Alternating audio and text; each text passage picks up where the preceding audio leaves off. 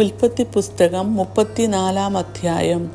Leah യാക്കോബിന് പ്രസവിച്ച മകളായ ദീന ദേശത്തിലെ കന്യകമാരെ കാണുവാൻ പോയി.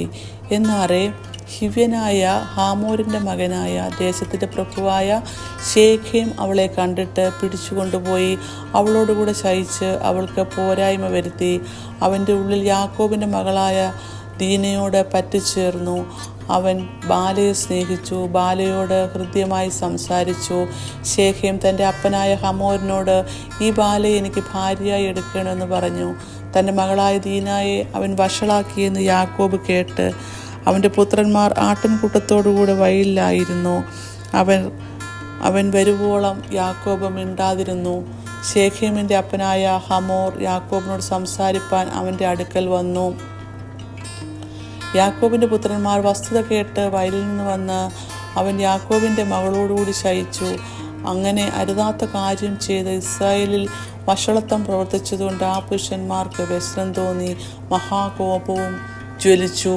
ഹമോർ അവരോട് സംസാരിച്ചു, എൻ്റെ മകൻ ശേഖേമിലിൻ്റെ ഉള്ളം നിങ്ങളുടെ മകളോട് പറ്റിയിരിക്കുന്നു. അവളെ അവന് ഭാര്യയായി കൊടുക്കണം. നിങ്ങൾ ഞങ്ങളോടുകൂടി വിവാഹ സംബന്ധം കൂടി നിങ്ങളുടെ സ്ത്രീകളെ ഞങ്ങൾക്ക് തരികയും ഞങ്ങളുടെ സ്ത്രീകളെ നിങ്ങൾ എടുക്കുകയും ചെയ്യുകയും നിങ്ങൾക്ക് ഞങ്ങളോടുകൂടെ പാർക്കാം.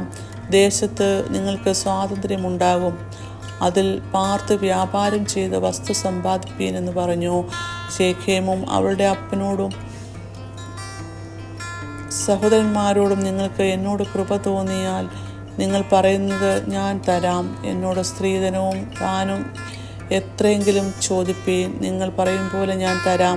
ബാലയെ എനിക്ക് ഭാര്യയായി തരണം എന്ന് പറഞ്ഞു. തങ്ങളുടെ സഹോദരിയായ ദീനായെ ഇവൻ വഷളാക്കിയതുകൊണ്ട് യാക്കോബിൻ്റെ പുത്രന്മാർ ശേഖേമിനോടും അവൻ്റെ അപ്പനായ ഹിമോനോട് സംസാരിച്ച് കപടമായി ഉത്തരം പറഞ്ഞത്, ഞങ്ങളുടെ സഹോദരിയെ അഗ്രചർമ്മിയായ പുരുഷന് കൊടുക്കുന്ന കാര്യം ഞങ്ങൾക്ക് പാടുള്ളതല്ല. അത് ഞങ്ങൾക്ക് അപമാനമാകുന്നു. എങ്കിലും ഒന്ന് ചെയ്താൽ ഞങ്ങൾ സമ്മതിക്കാം.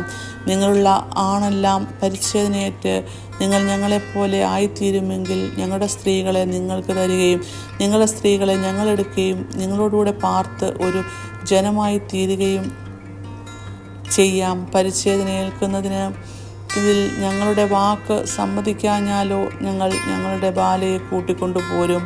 അവരുടെ വാക്ക് ഹമോരിനും ഹമോരിൻ്റെ മകനായ ശേഖേമിനും ബോധിച്ചു.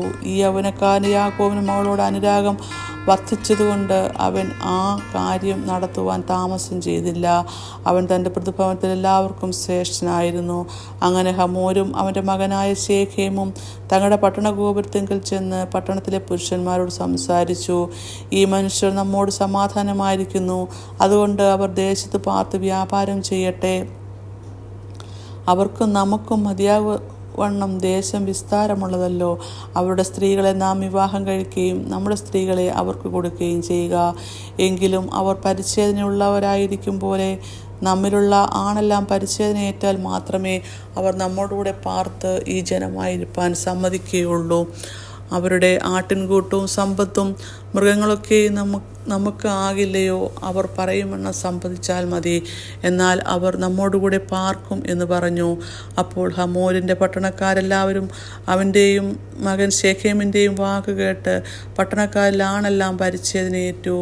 3-ാം ദിവസം അവർ വേദനപ്പെട്ടിരിക്കുമ്പോൾ യാക്കോബിൻ്റെ 2 പുത്രന്മാരായി ദീനായുടെ സഹോദരന്മാരായ ശിമയോനും ലേവിയും താൻ്റെ വാളെടുത്ത് നിർഭയമായിരുന്ന പട്ടണത്തിന് നേരെ ചെന്ന് ആണിനെയൊക്കെയും കൊന്നുകളഞ്ഞു.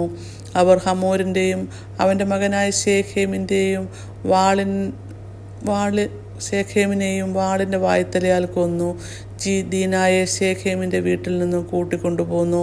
പിന്നെ യാക്കോബിൻ്റെ പുത്രന്മാർ നിഹതയുടെ ഇടയിൽ ചെന്ന് തങ്ങളുടെ സഹോദരിയെ അവർ വഷളാക്കിക്കൊണ്ട് പട്ടണത്തെ കൊള്ളയിട്ടു. അവർ അവരുടെ ആട്, കന്നുകാലി, കഴുത ഇങ്ങനെ പട്ടണത്തിലും വെളിയിലും ഉള്ളവയൊക്കെയും അപഹരിച്ചു. അവരുടെ സമ്പത്തൊക്കെയും എല്ലാ പൈതങ്ങളെയും സ്ത്രീകളെയും അവർ കൊണ്ടുപോയി വീട്ടിലുള്ളതൊക്കെയും കൊള്ളയിട്ടു. അപ്പോൾ യാക്കോബ് ശിമയോനോടും ലേവിയോടും, ഈ ദേശനിവാസികളായ കനാന്യരുടെയും പെരിസ്യരുടെയും ഇടയിൽ നിങ്ങൾ എന്നെ നാറ്റിച്ചു വിഷമത്തിലാക്കിയിരിക്കുന്നു.